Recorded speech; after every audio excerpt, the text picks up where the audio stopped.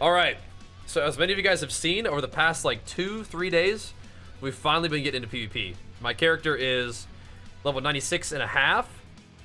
I finished my glyphs leveling. I got a lot of my like main character PvE progression completed. So at that point it was like, all right, it's time to PvP. And with that swap to PvP, we've changed our build up a little bit. We're still playing Rend. We're still playing a lot of the basics of the Rend Zerker build. So again, this isn't like an all new thing. This is just sort of like a progression of the build that we've been playing.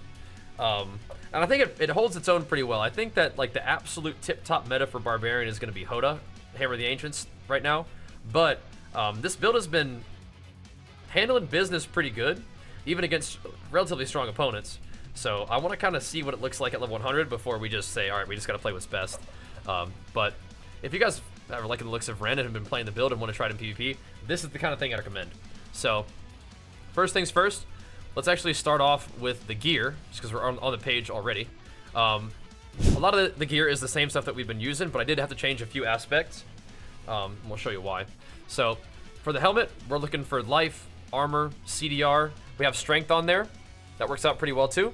We've got that imprinted with basic attacks grant damage reduction for 6 seconds. And you notice we switched our gems back to blue. We keep switching back and forth. I did a little bit of red gem testing for more HP. Now we're going to swap back and do a little bit more fortify damage reduction. We're going to see how that goes.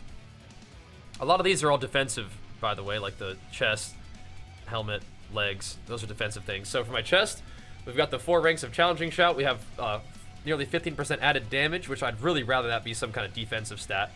This chest piece absolutely has room for improvement, as my whole build does. But that's part of the fun of Diablo games, man, is there's always room to make some gains. And now that you can take those gains and apply them to PvP, I love that. But we have 4 ranks of Rallying Cry and damage reduction from close enemies. And now we still have the Fortify is generated by overcapping your Fury, but you'll notice that it's 31. So this is something that chat told me about today. Right now, your Codex of Power, Fortify Generation 1, and some other ones too, like Barrier and stuff, are actually more powerful if you get it from your Codex than if you get it off of gear. And I think it's because some of these things scale with your character level. Barrier being one of them, and then the Fortify one, which we just got. Where did that thing go? This one. The Fortify one also scales with your level, and so it actually rolls higher than what you can get on gear most of the time. So that's a little pro tip for you guys, is grab the Fortify generation from Maximum Fury from your Codex, because that's pretty OP. So that's what we've got on my chest piece right now. I would love to get life on this chest piece.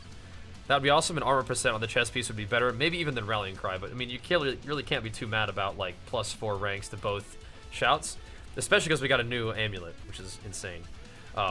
So what we're doing right now is we're doing kind of a funky build with these gloves that give me attack speed, crit chance, and lucky hit, and then 4 ranks of Rend. That's really good. We don't really need lucky hit so much. That could be strength, that could be like damage over time increase, that would be fine too. But lucky hit will work because we do have some lucky hit in the build. One setup with this I'd recommend is, before we like really dig into it, is you could also put Edge Masters on your gloves and then extra barrier damage on one of your weapons. That's what I did at first, but now I'm switching things up a little bit because I've been doing some PvP and I want to try some stuff. Really hard to get away from this random chance to stun people, because a lot of times you can, with Rend, you can wrap up their entire health bar and bleed, but it won't go, they won't actually like suffer like, you know, like near death from Rend because they can heal through it. But if, as the second you put them in a CC, their like resource turning into health or their defensive rotation kind of gets interrupted, and Rend just devours them. So I'm putting some chance to randomly CC people in my build, and I think it'll be good. We're gonna try it out. For legs, we've got dodge chance against close. I'd rather that be some kind of like more reliable defense, like just defense, like just damage reductions against close, or like we have life on the pants already, or like fortify generation probably be fine. But dodge chance is okay. I mean, sometimes you wind up one of those big Hoda slams, boosh, and it does nothing to you. And it's like, oh, okay, cool, nice. But anyway, you have damage reduction while fortified, which is nice. We have big life roll on there. We have damage reduction from distant enemies, which not a lot of enemies are distant these days, but it's something that's nice to have. We also have Iron Skin grants Unstoppable, because we haven't gone through our skills yet, but we are using Iron Skin now. And again, we talked about it before, where you could use like Wrath of Berserker, Stomp, or Iron Skin. I think those are like really good abilities in that slot. And for this one, we're using Iron Skin because now it grants us Unstoppable, which is immunity to CC, You can actually press the button to get out of CC, and then it also grants you 20% damage reduction while it's active. So damage reduction is a really big deal in PvP. You already get like the 92% damage reduction in general, but then you add on to it as much as you can just to be a tank, just so you don't get one-shotted. I think a lot of people are still building damage in PvP, and it shows. They get evaporated, which is pretty funny. So for boots, you must have movement speed. You will know why if you do any PvP. People just run away from you. And like this isn't even enough movement speed, but that's what we got. We have Fury cost reduction on that. We have Berserking duration on that, which is kind of cool. We have all stats just to support my Paragons. We actually need, like, those are boots I've had for a long time. They can be much better, but they're still pretty good. They also have the base type of evade grants you movement speed, which is cool to like just sprint after people. And speaking of sprinting after people, while unstoppable and for 4 seconds after, these boots gain 25% increased movement speed, and you can move freely through enemies. So that's really nice for chasing people down through packs of like enemies out in the world PvP zone. And I have 2 sources of unstoppable. One is Rallying Cry, 2 is Iron Skin, so nice to have a little bit of movement speed boost there. Movement speed, tankiness, burst, CC, those are all things that you always need in like every game for PvP. This build has like a little bit of CC, not very much burst because it's all damage over time. But you got some movement speed, you got some tankiness, so we're working on that. Not as much movement speed as like, they're these like, this werewolf druid, they are schmoving 100% of the time. It is so funny to see the builds people are coming up with, but anyway. Mace, same mace we've been using, crit, vuln, damage to CC'd, and all stats. Obviously, this situation right here, I may want to roll this damage to CC'd off because a lot of times people are immune to CC in PvP, so that being the case, you kind of need to, you know, not have that be something that can be removed. So I'm going to reroll that like a second. Probably make that go to strength or something else, damage to close, core, whatever, the same things that we always like. It is each point of fury generated while at maximum fury grants your next core skill increased damage. We usually have max fury. We're usually over generating fury. We're going ham. For this weapon, so this is interesting. We're playing Butcher's Cleaver. This is really funny. Again, the stats on it are like not really well rolled in terms of the rolls that they could get, and the stats that it just gives you baseline are not that great necessarily. But lucky hitting, when you critically strike an enemy, it gives a 100% chance to fear and slow them. So that is hilarious. So if I understand correctly, my lucky hit chance is 33%, but I'm not sure if it's a lucky hit on a crit or whatever, but it seems to fear fairly often. It was just hilarious. So you need like these little micro CCs. People were dying constantly in fears yesterday when I was doing PvP. It was so funny. The slow could be better, so if I can find better Butcher's Cleavers, I'm probably going to use it. Because the rolls can be good, and the slow is insane. It hardly slows, but the fear is so funny. So I'm combining the random chance to stun somebody with a random chance to fear somebody. And then those 2 things combined is just a bunch of little annoying micro CC to once again interrupt their resource loop or the defensive loop, and to just let my Rend finally, you know, evaporate their health bar. And in order to do that, we've got... we don't have like the stun is bleed combo anymore, which that'd be fun to do. I'd have to give up something pretty big though, but I didn't want to give up Edge Master. So we have Edge Master still doing more damage depending on how much rage we have. We have the like really nice stats on there. Crit, vuln, damage to close. We need all stats to support my Paragons, but that's what we got. We have my good old sword, core, strength, crit, vuln, with the critical strikes grant attack speed. I just love that aspect way too much to give it up. Arguably in PvP, it might be better to just like have maybe slower whoosh big hits. And I could even put like when they get stunned, they bleed out for a bunch of damage. But since we're using lucky hit stuff, it's actually pretty good to have more hits to proc that lucky hit chance to stun them or fear them. So it's not bad, but I just love the aspect that it's hard for me to give it up. My rings, we have the shout cooldown ring. Whenever you cast a shout skill, its cooldown is reduced per nearby enemy. A little bit sketchy 1v1, but very nice in like big pack areas, especially because this one's not very well rolled. We could put a better roll on it, but it's not that big of a deal right now. But I probably should roll it better. I'll probably go find a bold Cheetans and put that on there right now, because this ring has been put in work for me, because it's vuln, resource generation, crit strike, and crit damage. Beautiful stats. Beautiful stats. Not even that poorly rolled either, so except for the crit strike damage. But anyway, this ring is the same thing. Crit damage, crit chance, resource generation, and vuln. That's beautiful. With a max rolled, your shout skills generate 4 fury per second while active. You have to have that one. Going from a like 3 to 4 shout, like rage per second thing was so big. It's so helpful. So getting that max rolled is very nice. And this amulet, this is actually a new amulet too. We had a really good amulet before. This one's really good too for PvP especially. Gives 3 ranks of heavy-handed, which is another 15% crit damage, which is really nice. For 2-handed weapons, that is. This one is a movement speed, which, again, we need movement speed. It'd be nice to have 7% more movement speed, but whatever. Then it's a +3 rank to all defensive skills. That rolls as 2, and then you rank it up to 3 by upgrading the item. Amazing. And then we were able to roll cooldown reduction on it, which is, like, very nice amulet. And, of course, we put Disobedience on there to scale our armor up like crazy when we're in battle.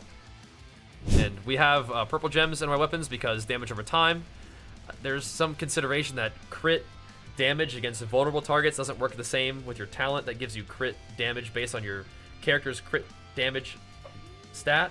So I said, F it, let's just do crit. Let's just do just good old dot damage. And then we have armor in the rings, and then of course we talked about it already. Fortify damage reduction in the armor. So now we can talk about our abilities. Now we went over gear and aspects and stuff, the stats you're looking for and whatnot.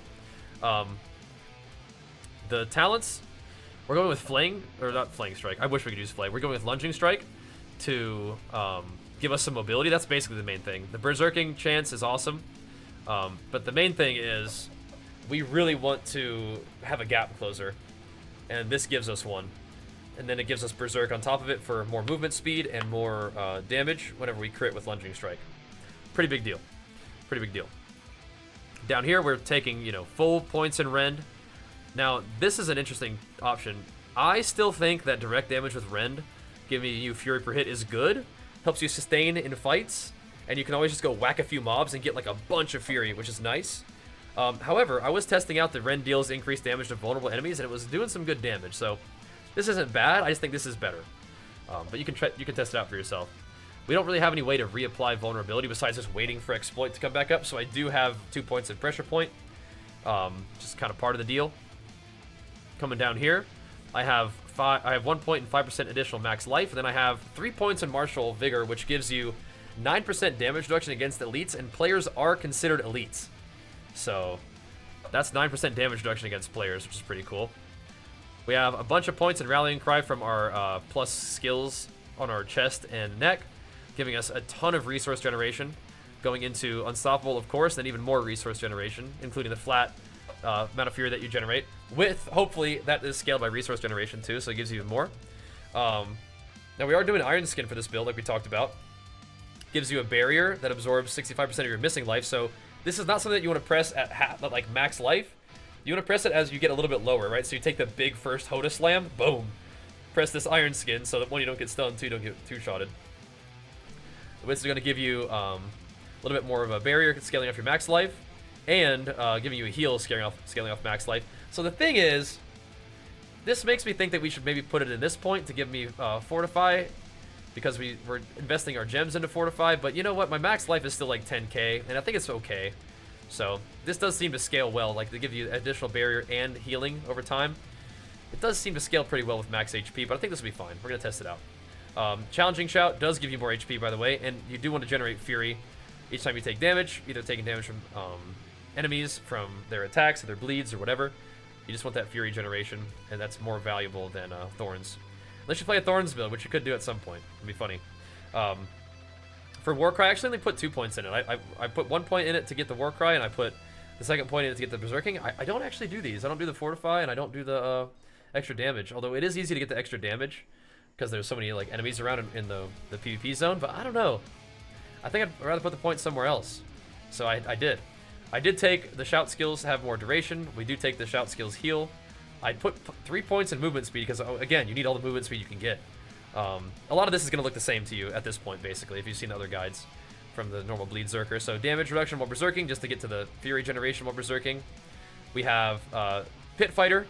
You deal 9% increased damage to close enemies, gain 6% distance, or damage reduction from distant enemies. I took the points out of crit, because I already have a lot of crit, and I actually didn't need it. 1 point in Hamstring, just to get to extra vulnerable damage. Now, what's crazy is that at some point, I might take this whole thing out. Because slowing enemies hardly does anything, because they are usually immune to everything anyway, and a 10% slow hardly does anything to them regardless. The vulnerable damage thing is awesome, but I do wonder if that would be better put somewhere else. So in the future, watch out for me taking these points out. I don't think they're bad necessarily, because vulnerable damage is insane, but I might move that to some other passive, and I'm going to think about that. Maybe put it back into crit or something like that. I'm going to think about that. Definitely like to take, or gain fortify when we take damage. And then, of course, we love having, you know, more damage when fortified. Beautiful, because we want to be fortified all the time. This is heavy-handed. I actually don't have to put any points into it because I already got the points from my amulet, which lets me put things in other places. We have Tempered Fury, which increases my max Fury by 3, which is just really to get to the healing for, you know, a portion of your life per Fury spent. Then, of course, we come down here to Gushing Wounds, which makes our bleed damage able to crit. Its chance to crit, and it's not each individual tick, again, it's you take one slash, the entire bleed stack that gets applied can crit, and the damage that it increases by is scaled by your crit damage bonus. So basically, this lets you crit your bleeds. But again, when you're critting against a certain type of target, I don't think that counts as your bleed's chance to crit, right? So chance to crit a bleeding enemy doesn't necessarily mean that's your character's base chance to crit, or your crit damage against vulnerable targets doesn't actually necessarily mean that it's your crit damage that's based on your character. So be a little careful about that. You need the base crit potentially in order for this to actually scale your bleed. But anyway, for expertise, using a two-handed sword, which gives you like the little teeny bit of damage, but the main thing is increased bleeding damage for 5 seconds after killing an enemy. That's a lot of bleeding damage. And then we're still using two-handed axe expertise for 50% damage to vulnerable enemies. The other thing that's cute is to go polearm expertise for more lucky hit, for more stuns and stuff, which I might try. But generally, just the big damage from vulnerable is really good. Now for my Paragon, I made a video about this. We don't have to go through all the Paragon, but I will show you my glyphs. I'm using Blood Feeder still. This might get changed at some point. We're using Disembowel, which is mandatory. It gives you damage to bleeding enemies. I guess I should say what this does. It does damage to bleeding targets. You have 5% increased critical strike chance against bleeding enemies, so I like that. Just more damage to bleeding, which is everything. And a chance to crit bleeding, which is everything. It's good. Again, this might be kind of troll because it's crit chance against bleeding enemies, which might not be the same thing as crit chance, so I might have to change that glyph. But anyway, we have Disembowel, which is increased bleeding damage, since per node of willpower, right? And then killing a bleeding enemy has a 10% chance to reduce your cooldowns of your non-ultimate abilities. We don't even use an ultimate for PvP, so this is huge. For just killing mobs out in the area. Gives you cooldown reduction, which is awesome. Good old exploit. Applying vulnerable for 3 seconds every 20 seconds is awesome. And of course, increasing the damage that your vulnerable increases. That's huge, right? We have Martial, which is the little bit of cooldown reduction off your shouts. It's a pretty big deal. Not mandatory, but it is nice. It is nice to have that, so I still use that. That's another one that could be on the chopping block later on if we wanted to, but these are also the glyphs that I'll have leveled up to 21, so I'm using them for a little while. Territorial is you take 10% less damage against, close enemies, and it gives you more damage against close enemies, which is great, because you're usually fighting in range, melee range.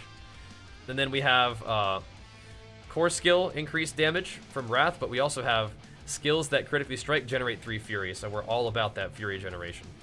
That's what we're doing, so this is my Paragon tree. Again, we made a whole video going through this, and this is somewhat subject to change because I may end up like snaking in for like attack speed and stuff like that. But right now I have a couple extra points just invested in like these little blue talents just so I can have the maximum like effectiveness while I'm pathing, and then or before I can actually get there, then I'll respec some things and go to other nodes. We're at level 96.5, so we still have a couple Paragon points to spend, so that'll be fun. But this is basically the tree that we went through. The first tree we went up to is Weapons Master, just so we had like a nice little quick pathing to Hunter Killer for more damage against elites, which are players.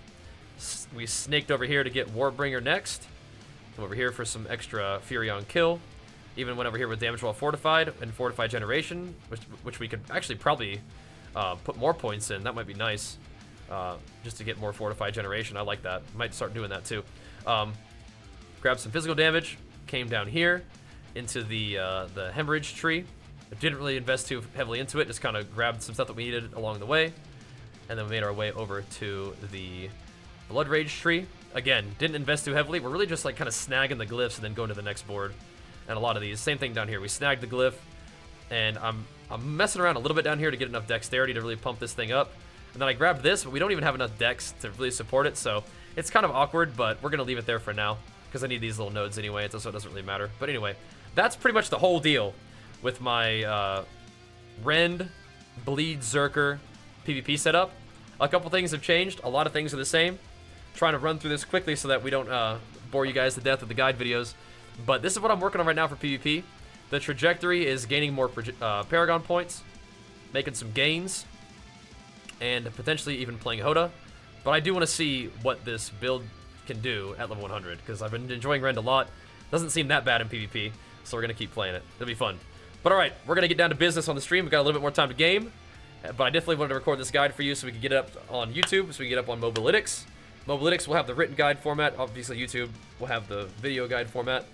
Make sure that you guys subscribe on YouTube, give the video some love, and come hang out on Twitch, as we're streaming a ton of Diablo like every day, and currently while the drops are live, you guys can hang out because the stream is up 24/7, so you guys can farm drops. You can also give 2 subs to get a really cool Primal Instinct mount, which I'm currently on that mount with some cool PvP armor. But yeah, you guys can get this mount if you decide to gift 2 subs to the stream. You'll get a little notification from Twitch with your code. You redeem that code on BNet, and then you're good to go. But anyway, let's wrap it up so we can game a little bit more before we take a break. And thanks for watching. Enjoy.